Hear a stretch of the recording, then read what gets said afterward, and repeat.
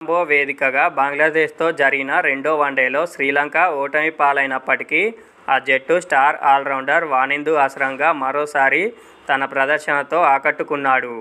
3 వికెట్లు పడగొట్టి బంగ్లాదేశ్ను 248 పరుగులకు ఆలౌట్ చేయడంలో కీలక పాత్ర పోషించాడు. బ్యాటింగ్లో మాత్రం వానిందు తన మార్కును చూపించలేకపోయాడు.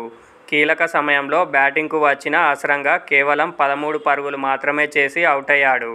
ఈ క్రమంలో అసరంగా వన్డేలో తన 1000 పరుగుల మైలురాయిని అందుకున్నాడు. వ్యక్తిగత స్కోరు 1 పరుగు వద్ద ఈ ఫీట్ను అందుకున్నాడు.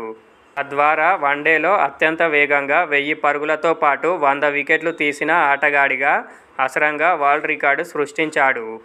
అసరంగా ఈ అరుదైన రికార్డును కేవలం 65 వన్డేల్లోనే అందుకున్నాడు.